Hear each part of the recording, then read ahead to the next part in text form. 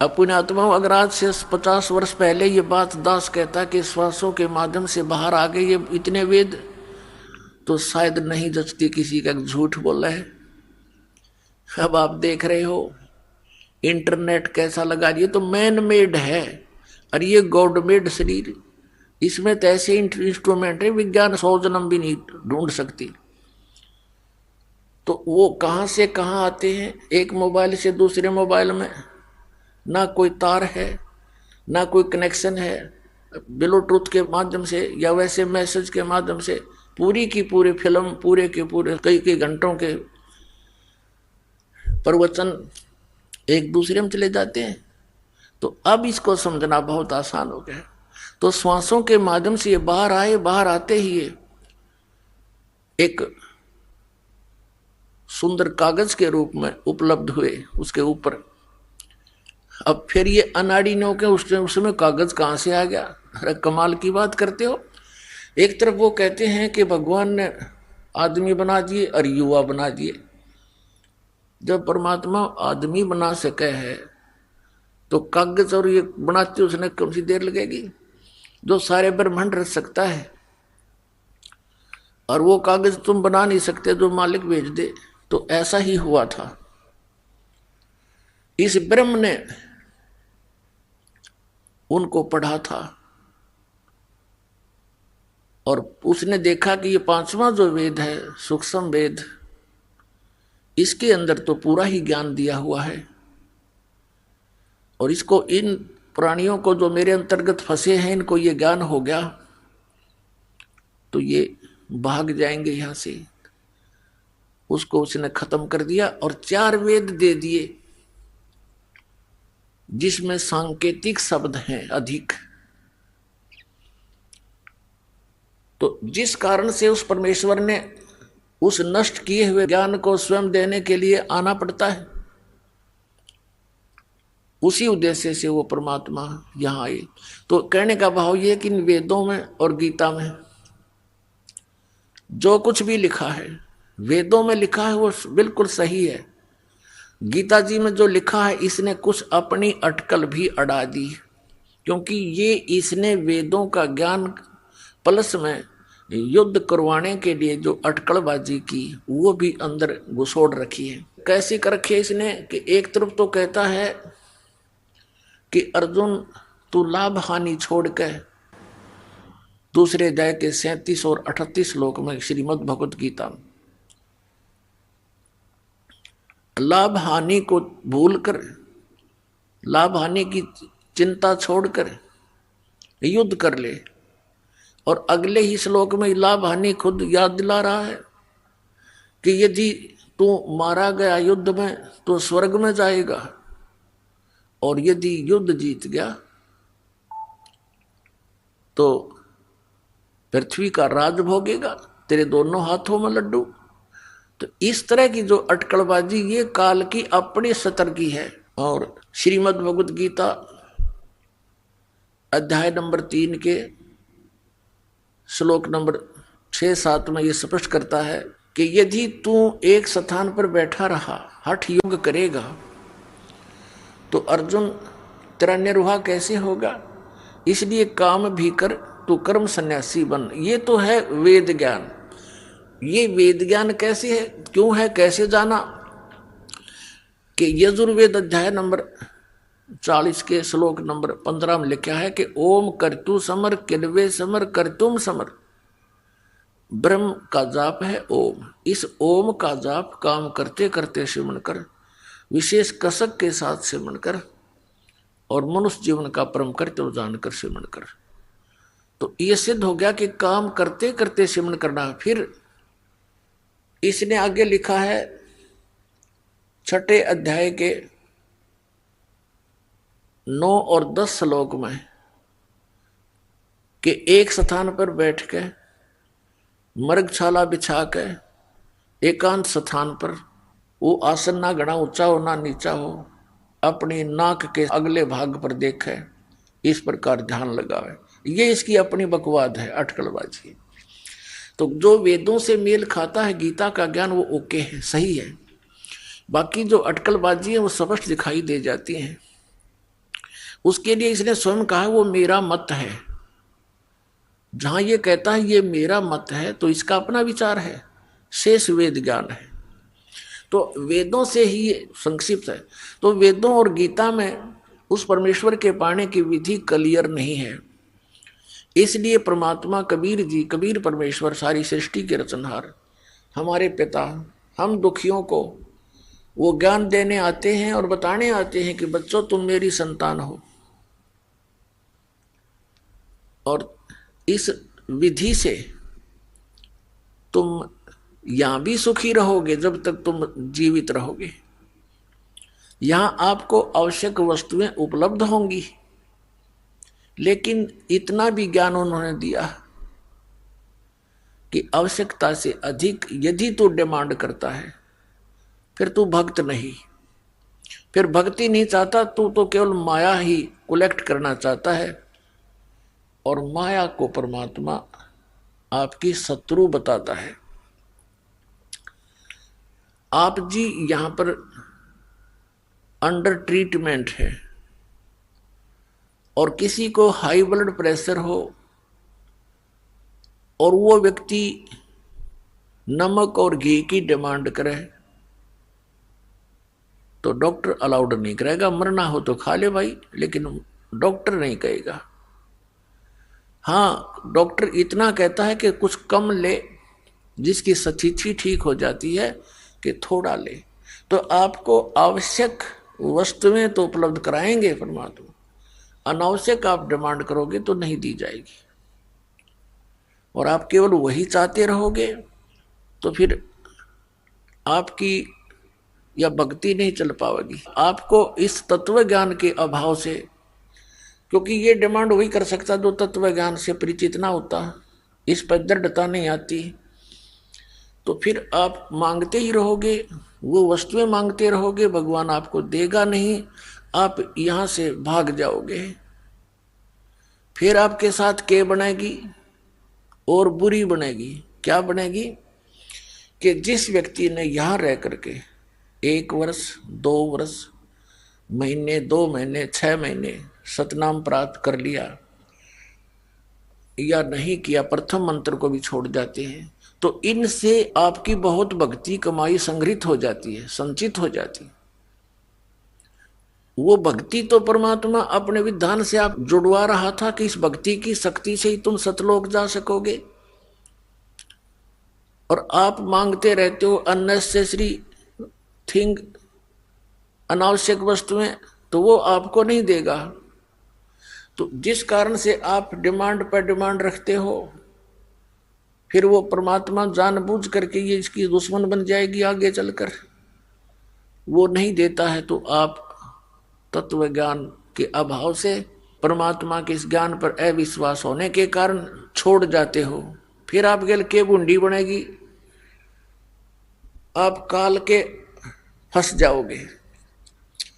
अब काल के पास तो कोई है नहीं, वो तो आपकी की हुई क्रिया आपको ही देता है। अब जो आपने 1 वर्ष, 2 वर्ष, 4 वर्ष, 5 वर्ष यहां रह करके जो भक्ति की, वो तो आपके साथ थी। परमात्मा तो उसको चाहता था ये बर्बाद ना करे। और जिस धनी का बेटा 1-2 लाख रुपये ले रहा हो, पिताजी तो उसको गाइड करता, बेटा तू बर्बाद ना कर, अच्छी तरह लगा, सुरक्षित रख, डिपॉजिट करा दे कि तेरे आगे दुगने बन जाएंगे। और वो फंस जाता किसी खलनायक के, उसी के पैसों से आप भी मौज मारे, और उसके पैसों से फिर सारी शराब पीवे, सिनेमा देखे, कार खरीद ले, फिर सैर सपट्टे करता अंडे, और वो जीरो हो जाएगा फिर कुछ दिनों में। तो यहां से गया हुआ प्राणी काल का फंस जाएगा, और वहां उसको फिर क्या होगा, वो जो वस्तु मांगने लगता है वो धीरे धीरे उसको मिलनी शुरू हो जाती है। कार भी हो जाएगी, कोठी भी हो जाएंगी, और वो यूं सोचेगा मैंने नाम भी छोड़ दिया, मेरा क्या बिगड़ गया, मैं तो दूना सुखी हो गया। न्योना मेरा, तेरा तो सत्यानाश हो गया, तेरा तो नाश हो गया, कति बात बिगड़ गई, तेने तो नाश कर लिया अपने बना बनाए काम का। इसे फंड दर्शक हो गए करत्या ने। अगर ईश्वर ने तो सुख मान रहा है तो फिर आने की आवश्यकता ही नहीं थी तेरी। तो पुण्यात्मा, उसके आधार से मनमाने स्वर्ग में भी देवता बन जाएगा। ये इतनी जबरदस्त कमाई बन रही है आपकी। लेकिन पुण्यात्माओं, इसमें टायर पंचर मत करियो। ये हवा ही आपके अंदर भरी जा रही है, यही आपकी गाड़ी को लेकर सतलोक जाएगी। और आपने यही इसमें से दूसरों का हवा भरनी शुरू कर दिया, आशीर्वाद देने शुरू कर दिए, तो आप भी यहीं रह जाओगे। आपको चाहिए सभी बच्चों को, माता पिता, पुत्र पुत्री, रिश्तेदारों को भी कभी आओ तो आप भी हवा भरवा लो। सतलोक आश्रम बरवाड़ा में भरी जाती है। अपने टायर में तो क्यों दूसरे का डाला, दोनों कंडम। तो इस प्रकार पुण्यात्माओं, कुछ सावधानी से काम लो। जैसे माता गर्भ को रखे यत्न बनाए, ठेस लगे ते छन्न होवे, तेरी ऐसी भक्ति नसावे। जैसे किसी बहन को गर्भ रहा हो और वो उसको कितना सुरक्षित रखने की चेष्टा करती है। रात्रि के समय करवट लेते समय भी वो चिंतित हो जाती है कि कहीं मेरे बच्चे को कोई दबाव ना लग जाए, ये खराब ना हो जाए। ऊंचे नीचे में पैर रखते समय भी ध्यान से रखती है, कहीं ठेस लग के बच्चा ना गिर जाए। तो पुण्यात्माओं, आपको जिस दिन उपदेश मिल गया, आपके अंदर भक्ति बीज गिर गया। अब इस भक्ति बीज को ऐसे सुरक्षित रखना है आपने, इस भक्ति रूपी लाल को। जैसे माता गर्भ को रखे यत्न बनाए, और ठेस लगे तो यानी झटका लग गया तो छन्न होए, क्षीण हो जाएगा, नष्ट हो जाएगा, ऐसे भक्ति जावे। तो इस प्रकार आपने इस भक्ति को बड़ी सावधानी से बना के रखना है। सौभाग्य आपका कि आपको ये वस्तु मिल गई। उस उलझे हुए अज्ञान से ये तत्व ज्ञान बना के, नौ मन सूद सुलझा के आज आपके समक्ष रख दिया। अब सुलझे हुए सूत को तो फिर मिनट लगे, कपड़ा बनाते समय मिनटों में तैयार हो जाएगा। ये सुलझा सुलझा सूत आपको दे दिया है, इसकी कदर करो, इसको ठुकराओ मत। अब जैसे ये पुस्तक भक्त वितरित कर रहे हैं गांव गांव नगर नगर में जाके, कुछ भोली आत्मा इनको पाठ देते हैं, किस लिए कि रामपाल के सत्संग है इसमें। और ये तो निंदा करता सब संतों की। बताए भगवान, कद टूटेगी इनकी या चौंध, कद समझेंगे ये भगवान को। इन अज्ञानियों ने इतना नाश कर रखा भक्ति का, ऐसे अंधे बना दिए जीवों को। तो इसकी कदर करो पुण्यात्माओं। अब क्या कहते हैं, गुरुआ गाम बिगाड़े संतो, गुरुआ गाम बिगाड़े, ऐसे कर्म जीव कहला दिए, ईब जड़े ना जाड़े, संतो गुरुआ गाम बिगाड़े। इन नकली गुरुओं ने गाम के गाम, पूरे समूह के समूह बिगाड़ दिए, भक्ति नाश कर दी। अब क्या बताते हैं, गुरुआ गाम बिगाड़े संतो, गुरुआ गाम बिगाड़े, और ऐसे कर्म जीव कहला दिए, अब बहुत जड़े ना जाड़े।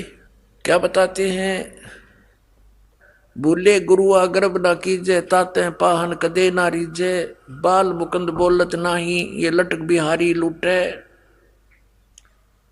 ये जो गलत साधनाओं पर आपको आधारित किए बैठे हैं ये नकली गुरु, उनके विषय में बता रहे हैं परमात्मा कि जो साधनाएं तुम कर रहे हो, इस विधि से आपका मोक्ष नहीं हो सकता,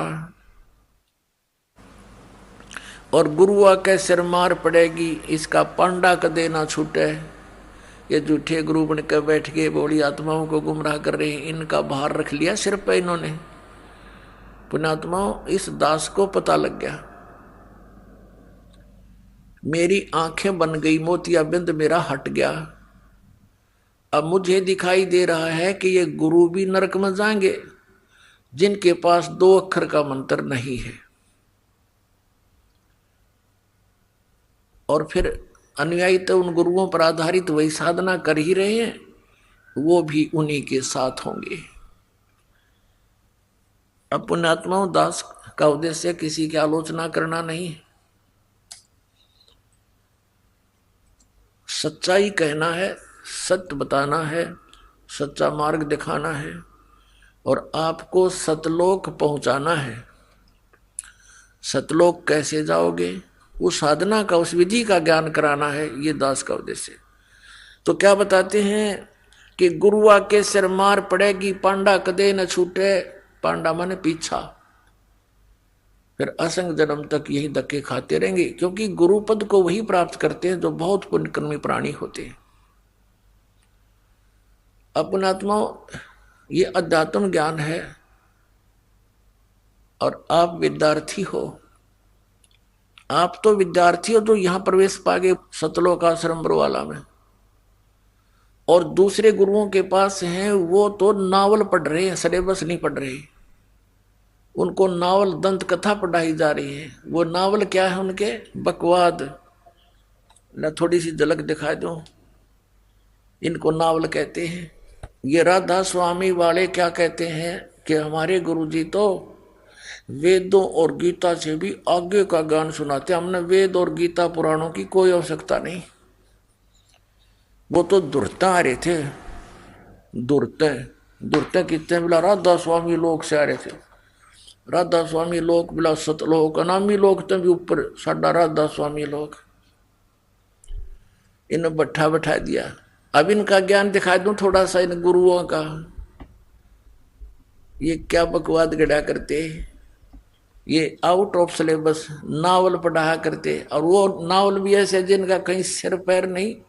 ये देखिएगा पुस्तक सारवचन राधा स्वामी वार्तिक, ये कहाँ से प्रकाशित है? प्रकाशक जगदीश चंद्र सेठी सेक्रेटरी, राधा स्वामी सत्संग व्यास, डेरा बाबा जयमल सिंह, पंजाब। 1961 का छपा हुआ है। पहला संस्करण 1961 से शुरू किया हिंदी वाला। ये मुद्रक है लक्ष्मी ऑफसेट प्रिंटर दिल्ली से। ये 2003 में 16वां संस्कार है। अब यहाँ इसकी भूमिका में स्पष्ट किया है,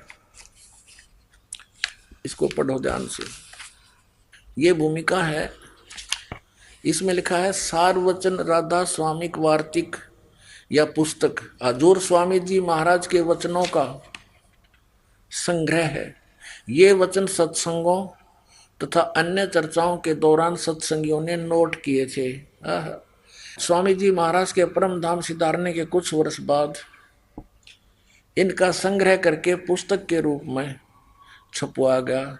सन 1902 में बाबा जयमल सिंह जी महाराज ने सारवचन राधा स्वामी वार्तिक को पहली बार गुरमुखी लिपि में छपवाया। यानी 1902 से तो पहले लिखा जा चुका था। ये 1902 में तो गुरमुखी यानी पंजाबी भाषा में पुस्तक लिखी गई ज्यों की त्यों, और अब जो ये पुस्तक है ये पंजाबी भाषा का अनुवाद है। ये देखो पहली बार 1902 में गुरमुखी लिपि में छपाया। प्रस्तुत पुस्तक उसी प्रथम गुरमुखी संस्करण के अनुसार है और अब इसका हिंदी संस्करण प्रकाशित किया जा रहा है। ये है। अब कौन है वो? हजूर जी महाराज। स्वामी जी महाराज का शुभ नाम शिवदयाल सिंह जी था, जिसने राधा स्वामी पंथ का जो ना पंथ को स्टार्ट किया। तो राधा स्वामी पंथ का प्रवर्तक श्री शिवदयाल जी, आपने 25 अगस्त सन 1818 में आगरा शहर में जन्म लिया। आपके पिताजी का नाम सेठ दिलवाली सिंह जी तथा माता जी का नाम महामाया जी था। आपके पूर्वज पंजाब के रहने वाले थे तथा घर में गुरु ग्रंथ साहिब का पाठ किया जाता था। आपके माता पिता हाथरस के प्रसिद्ध संत तुलसी साहिब के भक्त थे। स्वामी जी महाराज ने तुलसी साहिब की काफी संगत की थी। बचपन से ही स्वामी जी महाराज यानी शिवदयाल जी का रुझान अध्यात्म की ओर था, क्योंकि ये पुण्यकर्मी प्राणी थे। अगर रास्ता ठीक नहीं मिला अपने आप हट करने लगे। आपने एक कमरे में बैठकर 17 वर्ष सुरत शब्द योग अभ्यास किया और सन 1861 में बसंत पंचमी के दिन खुले तौर पर आम सत्संग और सुरत शब्द योग का उपदेश शुरू किया। अपने आत्माओं, ये बातें विचार करने की है कि सन 1861 तक तो इसने स्वयं हठ योग किया। 17 वर्ष तक, 18 वर्ष तक एक बंद कोठे में बैठ गए। ये किसी भी संत का विधान नहीं जिनको भगवान मिला। आदरणीय धर्मदास साहिब जी, आदरणीय मुल्कदास साहिब जी ये किसान थे, और आदरणीय धर्मदास साहिब जी ये बिजनेसमैन थे, सेठ थे। आदरणीय दादू साहिब जी ये तेली का काम करते थे। आदरणीय नानक साहिब जी ये पहले नौकरी करते थे, फिर परमात्मा प्राप्ति के बाद प्रचार में लग गए थे। फिर अब किसान थे, अपने घर ही खेती करते थे। फिर 16 वर्ष तक अपने खेतों में काम किया और सतलोक चले गए, और भक्ति भी करते थे। और आदरणीय गरीबदास साहिब जी ये जाट थे, किसान थे, गांव छुरानी जिला जज्जर के, हरियाणा के, खेती करते थे। और आदरणीय गीसादास साहिब जी ये भी किसान का काम करते थे और भक्ति भी करते थे। ऐसा हठ योग ना तो किसी प्रमाणित सदग्रंथों में, वेद गीता आदि में, पुराणों में नहीं। पुराणों का जिक्र नहीं, पुराण तो ऋषि महर्षियों की अपनी बनाई हुई सिद्धांत विधान है। वो भी ऐसे हठ योगी थे जैसे शिवदयाल था। तो इस प्रकार ये साधनाएं किसी भी ग्रंथ में विद्वान नहीं थी जो श्री शिवदयाल जी ने की। अब ये क्या बताते हैं कि व्यास का डेरा किसने स्थापित किया? बाबा जयमल सिंह जी ने। इसी पुस्तक में क्लियर कर रखा है, पृष्ठ 6 पर आप पढ़ रहे हो, देखिएगा। ये 1861 में तो ये शिवदयाल जी सत्संग करने जोगा हुआ। उस दिन खुले तौर पर सत्संग सुरत योग का उपदेश शुरू किया। 6 पृष्ठ पर पढ़ रहे हैं। और यहाँ देखो आगे, बाबा जयमल सिंह जी का जन्म जुलाई सन 1839 ग्राम गुमान, जिला गुरदासपुर में हुआ। अच्छा, फिर देखो बाबा जी 5 शब्द का भेद जानने के उत्सुक हो गए। अब देखो गुरु ग्रंथ साहिब में स्थान स्थान पर 5 शब्द का जिक्र आया है। बाबा जी यानी जयमल सिंह जी 5 शब्द का भेद जानने के उत्सुक हो गए। आप इसी तलाश में घर से निकल पड़े और जगह जगह जाकर महात्माओं से मिलकर 5 शब्द का भेद प्राप्त करने की कोशिश करने लगे। इसी खोज में आप स्वामी जी महाराज इस शिवदयाल जी के फंस गए काल के दूत के पास आगरा आए और उनसे सन 1856 में नामदान प्राप्त किया। 1856 में नाम ले लिया, जबकि 1861 में तो यो सत्संग करण जोगा हुआ था। जब तक तो यो शिवदयाल अंडर ट्रेनिंग था। काची सरसम पीड़ के खड़ो है ना तेल, ये बनाए बाबा जयमल सिंह के साथ देखो। और फिर 32 वर्ष सेना में नौकरी करके 18 अगस्त 1889 में पेंशन प्राप्त करके रिटायर हुए तथा व्यास नदी के किनारे आकर रहने लगे। व्यास आकर बाबा जी महाराज ने वह सत्संग शुरू किया। यानी 1889 में इसने अपने आप सत्संग शुरू कर दिया। किसने? बाबा जयमल सिंह ने। और सन 1878 में 61 वर्ष की आयु में शिवदयाल जी की मृत्यु हो गई थी, सन 1878 में। उसके 11 वर्ष बाद 1889 में अपने आप स्वयंभू संत बनकर बाबा जयमल सिंह ने व्यास में डेरा स्थापित कर दिया। यदि इसको नामदान का आदेश होता तो उसी समय शुरू कर देता ये नामदान करना। जैसे इस दास को 1994 में आदेश कर दिया था मेरे पूज्य गुरुदेव ने कि नाम दिया कर। उस समय दास सर्विस करता था, जेई की नौकरी करता था। उसी दिन से नामदान शुरू कर दिया था। और मई 1995 में 1 वर्ष लगभग नाम भी देता रहा, अपनी नौकरी भी करता रहा, सत्संग भी करता रहा संडे और सैटरडे को। फिर एकदम इतना परमात्मा की दया हुई, एकदम बहुत इस ज्ञान की जिज्ञासु हो गए और बहुत ज़्यादा संगत बनने लगी। तो 1995 में दास ने रिजाइन कर दिया नौकरी से और उसी दिन से नामदान शुरू कर रखा। इसे सिद्ध है कि इसको कोई नामदान का भी आदेश नहीं था। आदेश होता भी तो क्या होता, क्योंकि इनका ज्ञान एक आने का नहीं। और फिर शिवदयाल जी का कोई गुरु नहीं, उनका कोई गुरु नहीं। और गुरु बिन माला फेरते गुरु बिन देते दान, गुरु बिन दोनों निष्फल है, चाहे पूछो वेद पुराण। 1903 में जैमल सिंह जी की मृत्यु होगी। उन्होंने श्री सावन सिंह जी को अपना उत्तराधिकारी बना दिया और सावन सिंह जी के बहुत से शिष्य हुए। उनमें से मुख्य शिष्य थे श्री खेमामल सिंह जी, जिसको सामस्ताना भी कहते हैं। डेरा सच्चा सौदा सिरसा में अब डेरे की स्थापना कर ली मनमुखी। और एक थे कृपाल सिंह जी, उन्होंने दिल्ली में स्थापना कर ली मनमुखी। सावन सिंह जी का आदेश नहीं था उनको किसी को भी। अब कारण क्या था कि ये दोनों अपने आप को उत्तराधिकारी महसूस करने लग गए थे। श्री खेमामल सिंह उर्फ सामस्ताना और श्री कृपाल सिंह, जिसने दिल्ली में सावन कृपाल मिशन बना दिया, डेरा बना रखा है। तो इन दोनों को बाईपास कर दिया टकराव को टालने के लिए। किसने? सावन सिंह जी ने। और एक सरदार जगत सिंह को अपना उत्तराधिकारी बना दिया, उसके नाम वसीयत कर दी, लिखित रजिस्टर्ड। ये तो सारा आवा का आवा खराब है सतकर्मान जी राधा स्वामी वाले का। फिर क्या था कि 3 साल के बाद जगत सिंह की मृत्यु होगी। जगत सिंह की मृत्यु के बाद श्री चरण सिंह को बना दिया उत्तराधिकारी। अब चरण सिंह भी श्री सावन सिंह का शिष्य था, जगत सिंह भी श्री सावन सिंह का शिष्य था। अब जगत सिंह ने उसको कैसे नाम का आदेश दे दिया, क्योंकि ये गुरु भाई को कैसे हो, तो फिर उसका चेला होना चाहिए। उसको भी आदेश नहीं था श्री चरण सिंह को। तो पुण्यात्माओं, ये बिना सिर पैर का है सारा कुछ, सब गोलमाल है। ये सत्कर मान लियो। दास का उद्देश्य है कि तुम फंस निकलो नकलियों से। आपका जीवन नष्ट हो रहा है, ये अनमोल जन्म बर्बाद हो रहा है। जो एक सांस की कीमत 3 लोक भी नहीं है, 3 लोक भी इसके पास अंग नहीं है। ऐसे अनमोल जीवन को और आप कहाँ बर्बाद कर रहे हो ओछी साधनाओं में। अब ये क्या कहते हैं सच्चा सौदा सिरसा वाले, 1949 में सामस्ताना जी ने श्री सावन सिंह जी की आज्ञा से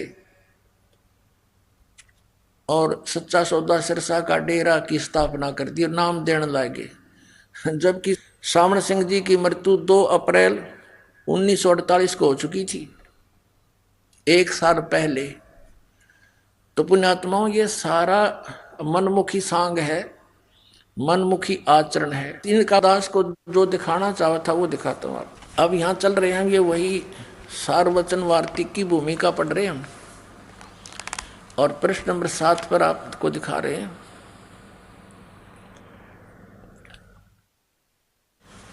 उनतीस दिसंबर 1903 को बाबा जयमल सिंह जी महाराज ज्योति ज्योत समा गए।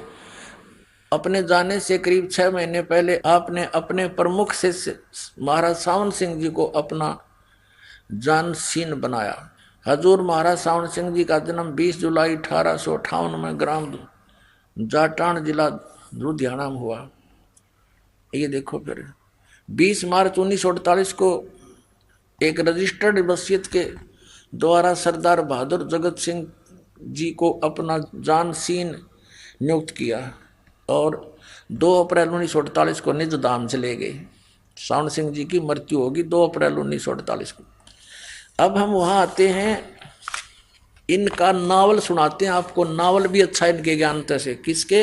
श्री शिवदयाल जी के नॉलेज, स्पिरिचुअल नॉलेज से, इनके अध्यात्म ज्ञान से तो नावल भी अच्छे, जिसका कोई लिंक तो होता है थोड़ा बहुत, कि सिर पैर तो होता है उसका, और इनका कहीं सिर पैर नहीं। और 150 वर्ष तो हो गए लगभग इसको। और ये बोले श्रद्धालु आंख नीचे बैठे हैं, परम धनी जो बोल दे वह साची। क्योंकि विद्यार्थी का तो यही होता है कि जो टीचर बता रहा है वो साची होगी।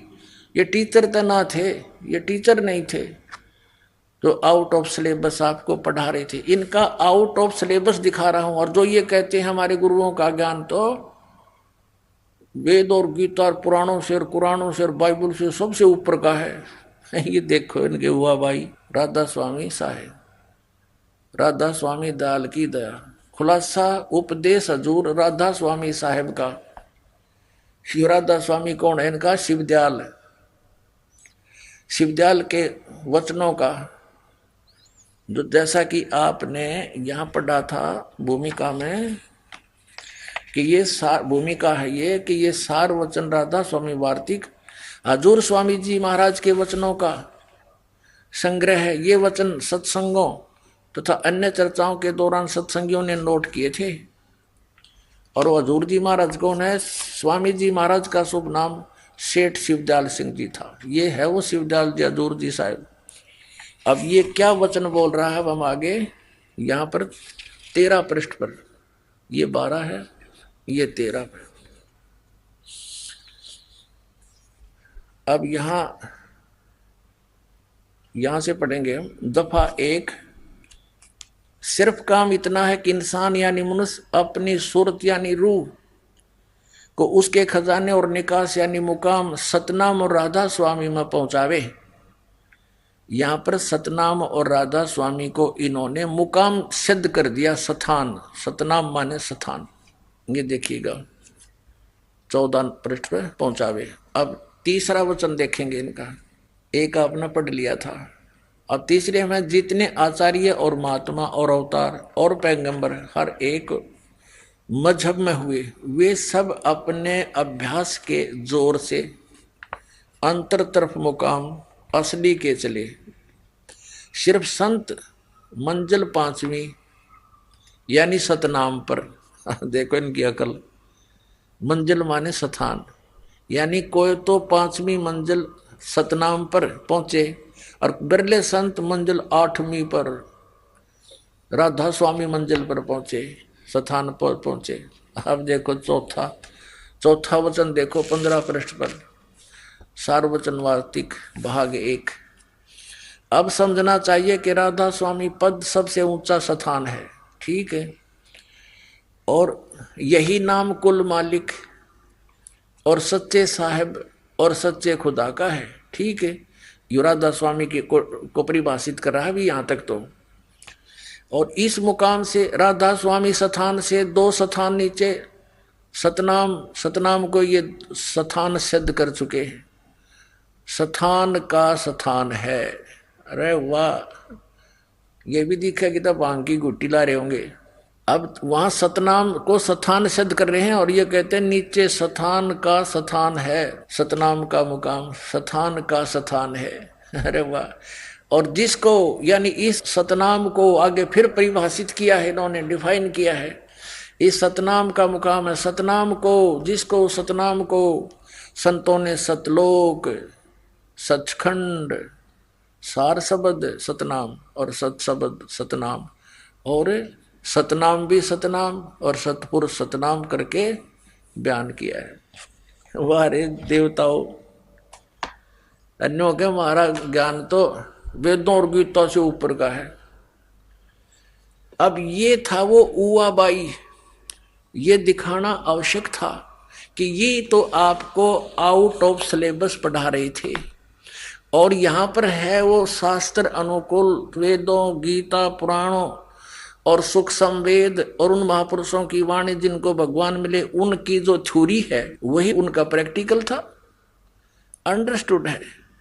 जो उन्होंने लिखा है कि परमात्मा ऐसे प्राप्त होता है और उन्होंने वही नाम जाप किया, जैसे प्राण संगली में नानक साहब ने किया है कि साध संगत मिल माना और नामों में नाम ओम सोहम जाने। सोहम हंसा जप जाप, यानी कई जगह इन्होंने जानबूझकर इस मंत्र को टुकड़ों में लिखा कि कहीं नकलियां का हाथ ना लग जा। लेकिन इस दास को जिस दिन से उपदेश प्राप्त हुआ, हमारे गुरुदेव जी यही मंत्र देते थे। और ये तो बाद में आवश्यकता पड़ी, जब मुझे आदेश हुआ नाम दान करने का और सत्संग करने का, तब दास ने देखा भी यूं तो कोई नहीं मानेगा, अपने अपने मनमुखी कोई कुछ नाम देता है, कोई कुछ नाम देता है। संतों के सत्संग भी सुनने गया जानबूझ करके, देखूं ये क्या कुछ बताते हैं, तो कोई कुछ नाम दे रहा है, कोई कुछ साधना बता रहा है, कोई कैसा ज्ञान दे रहा है। तो फिर मन में बहुत चिंता बनी कि परमात्मा फिर ये आपका नाम सही है, ये तो कोई डाउट नहीं। आपके बच्चे कैसे पहचान सकेंगे कि ये मार्ग ठीक है ये गलत है? सन 2000 के अंदर परमात्मा ने एक ऐसी प्रेरणा की,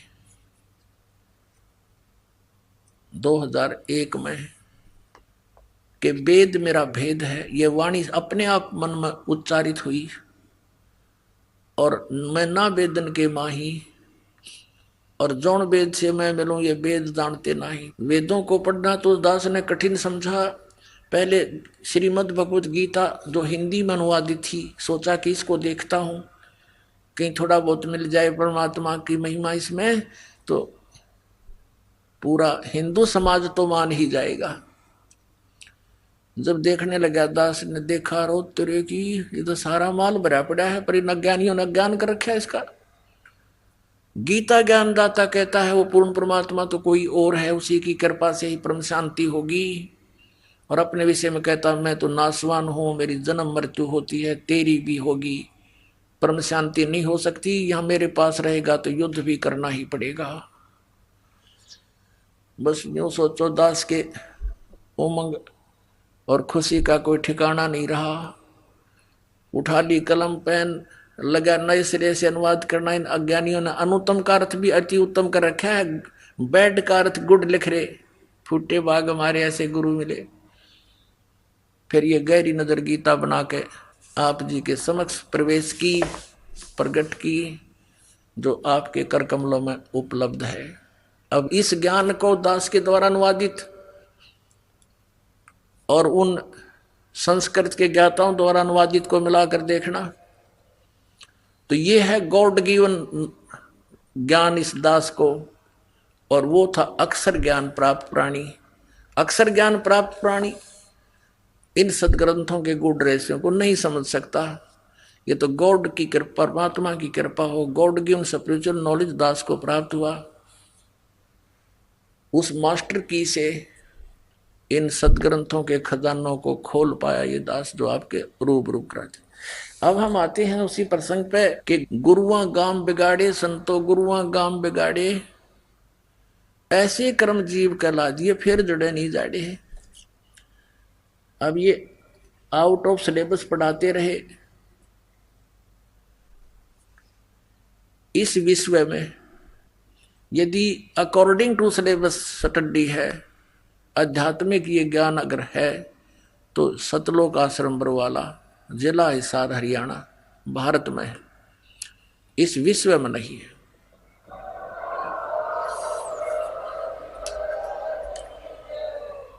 अब देखो, वेद ज्ञान दाता भी कह देता है, गीता ज्ञान दाता भी कह देता है कि पूर्ण ज्ञान तो तत्वदर्शी संत बतावेगा, और वो ज्ञान सच्चिदानंद घन ब्रह्म की वाणी में है। तो अभी तक सब निराकार बताया करते परमात्मा को, तो इनके पास ज्ञान नहीं था, क्योंकि जो इन्होंने अभ्यास करके अनुभव किया वो आउट ऑफ सिलेबस था। ये बताते रहे निराकार है परमात्मा, हमारे सदग्रंथ बताते हैं साकार है, नर आकार है, मनुष्य दृश्य है।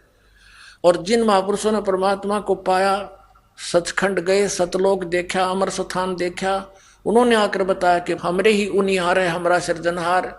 उनिहार माने हमारे जैसे रूप का, हमारे जैसे रूप में है वो हमारा सृजनहार, हमारा पिता तो हमारे जैसा ही होगा, मनुष्य तो होगा ही होगा। तो ऐसे ही उन्होंने आंखों देखा, बताया कि सतलोक में, सचखंड में, नानक साहब जी कहते हैं सचखंड की साखी में कि उस प्रकाश के अंदर, यानी सौ प्रकाशित है सतलोक, उस प्रकाश में कहते हैं एक तख्त पर निरंकार बैठा है, उसका भी प्रकाश ही प्रकाश है। तो निराकार कैसे हुआ? वो साकार है। फिर धानक रूप रहा करता। 24 नंबर पृष्ठ पर ग्रंथ साहिब के श्री नानक साहिब जी के मेले पहले की वाणी, फाई सूरत मुलुक की वेश, सूरत माने साकार, फाई सूरत मुलुक की वेश, ए ठगवाड़ा ठगी देश, खरासियाना बहुता बार, ये धानक रूप रहा करता। फिर 731 पृष्ठ पे मेला पहला की वाणी में है, नानक साहब कहते नीच जात परदेसी मेरा, खिना आवे तल जावे, और ताकि संगत नानक रहंदा, कैसे मुंडा पावे, उसका कैसे ओढ़ पाऊंगा मैं। वो एक सेकंड में तो सतलोक दिखा है, एक सेकंड में यहाँ घूम रहा होता है, वो नीच जात परदेसी मेरा धानक रूप रहा करतार, वो काशी का दुल्हा कबीर बाबा जिंदा तो साकार है। और पवित्र बाइबल में उत्पत्ति ग्रंथ में 26 नंबर श्लोक में और 27 में लिखा है कि परमेश्वर ने कहा कि मैं मनुष्यों को उत्पन्न करूंगा और मनुष्यों को मैं अपना जैसा बनाऊंगा, ऐसा ही बना दिया, नर नारी करके उनकी उत्पत्ति कर दी। फिर भगवान निराकार कैसे हुआ? तो पूरा का पूरा ईसाई धर्म आउट ऑफ सिलेबस स्टडी कर रहा है, आउट ऑफ सिलेबस मनमुखी बातें बनाई जा रही है। ऐसी कुरान शरीफ ये मुसलमान लोग कहते हैं परमात्मा तो बेचून है, निराकार है। पवित्र बाइबल की 50% लगभग वचन जो के तो कुरान शरीफ के अंदर है। अब जैसे पवित्र बाइबल की उत्पत्ति ग्रंथ में लिखा है कि परमात्मा ने 6 दिन में सृष्टि रची, 7वां दिन विश्राम किया, वो है परमात्मा पूर्ण ब्रह्म। तो ऐसे ही कुरान शरीफ के अंदर सूरत फुरकानी 25 आयत नंबर 52 से 59 में स्पष्ट किया हुआ है कि वो कबीर नामक परमात्मा है। और उस कुरान शरीफ का ज्ञान देने वाला अल्लाह, जिसको मुसलमान भाई अपना अल्लाह मानते हैं, कि उस अल्लाह ने हजरत मोहम्मद को ज्ञान दिया, चाहे उसने थोरो जबराइल फरिश्ते के दिया, चाहे उनको वह भेज कर दिया, या स्वयं आकाशवाणी करके दिया, उस निराकार ने दिया, उस परमात्मा ने वो ज्ञान दिया कुरान शरीफ का, और वो लिपिबद्ध किया गया। तो कुरान शरीफ के ज्ञान का ज्ञानदाता हजरत मोहम्मद को कह रहा है कि तू, मैं जो कह रहा हूं इन बातों पर विश्वास कर। ये काफिर तो कबीर को अल्लाह नहीं मानते, और तू इनके साथ संघर्ष कर, लड़ना नहीं, जिहाद का अर्थ लड़ाई नहीं, संघर्ष कर, इनकी बातों में मत आना। और ये परमात्मा वही है जिसने सारे ब्रह्मांडों की रचना की, पृथ्वी के अंदर भी मीठा और खारा जल भर रखा, इसने सब जीवों को उत्पन्न किया, को बहू बेटी बना रखा। और वो परमात्मा, वो कबीर अल्लाह अपने भक्तों के गुनाहों को भी माफ कर देता, वो खूब जानता है, बाखबर है। और वो कबीर नामक परमात्मा है जिसने 6 दिन में सृष्टि रची, 7वें दिन तख्त पर जा विराजा। उसकी खबर किसी बाखबर से पूछो। यानी इससे सिद्ध हुआ कि तख्त पर जा बैठा तो साकार भगवान हुआ। और फिर इससे ये भी सिद्ध हो गया कि जो अल्लाह कुरान शरीफ का ज्ञान दे रहा है, वो खुद कह रहा है कि उससे मैं अपरिचित हूं, उसको तो बाखबर यानी तत्वदर्शी संत बतावेंगे, उनसे पूछो। तो इससे 2 बातें सिद्ध होगी।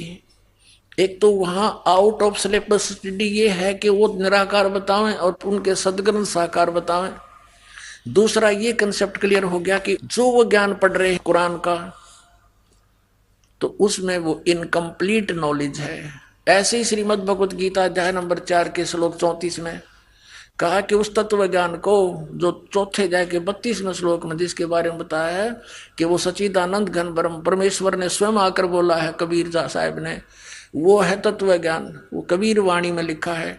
उस ज्ञान को तू तत्वदर्शी संतों के पास जाकर समझ, और वही बताएंगे। इससे सिद्ध है कि गीता ज्ञानदाता भी अपरिचित है पूर्ण ज्ञान से, और गीता जी का ज्ञान भी इनकम्प्लीट है। ऐसे ही वेदों का ज्ञान भी इनकम्प्लीट है, क्योंकि यजुर्वेद अध्याय नंबर 40 के श्लोक 10 से लेकर 13 में वेद ज्ञानदाता कहता है कि कोई तो परमात्मा को जन्म लेने वाला, उत्पन्न होने वाला कहता है, कोई कहता वो जन्म नहीं लेता, निराकार बताते हैं। उसका सही ज्ञान तो धीराणाम यानी तत्वदर्शी ज्ञानी आत्मा बताओगे, तत्वदर्शी संत बताओगे, उनसे सुनो। तो इन सभी ग्रंथों में इनकम्प्लीट नॉलेज है, और कंप्लीट नॉलेज सच्चिदानंद घन ब्रह्म की वाणी में है। और फिर जो भी नॉलेज उसमें है, जैसा भी उन ग्रंथों में है, उससे भी अपरिचित है ये। जैसे कुरान शरीफ कहती है कि 6 दिन में सृष्टि रच के 7वें दिन तख्त पर जा बैठा, फिर निराकार कैसे हुआ, बेचून कैसे हुआ। और सारा जो ये ईसाई धर्म क्या कहता है कि गॉड हैज नो फॉर्म, परमात्मा निराकार है। और बाइबल में लिखा है, पवित्र बाइबल में उत्पत्ति ग्रंथ के 26 नंबर श्लोक में और 27 में कि परमात्मा ने मनुष्य को अपने जैसा बनाया और नर नारी करके उनकी उत्पत्ति करती। फिर फॉर्मलेस कैसे हुआ? तो ये आउट ऑफ सिलेबस सुन रहे हैं, दंत कथा पढ़ाई जा रही है, लेकिन सदग्रंथों में ज्ञान सही है जितना भी उनके सत्र का है। जैसे मैट्रिक तक की पुस्तकों में मैट्रिक सत्र का ज्ञान तो है लेकिन कंप्लीट नहीं होता, ऐसा ही जानो। अब क्या बताते हैं, और इन नकलियां का आपने देख लिया, इनका कोई ग्रंथ है ढंग का कोई नहीं, वही सतनाम वही सतलोक है, इनका सतनाम में ना समझ मारा। अब ये थोड़ी सी कसर हो रह जाएगी और काट दूं।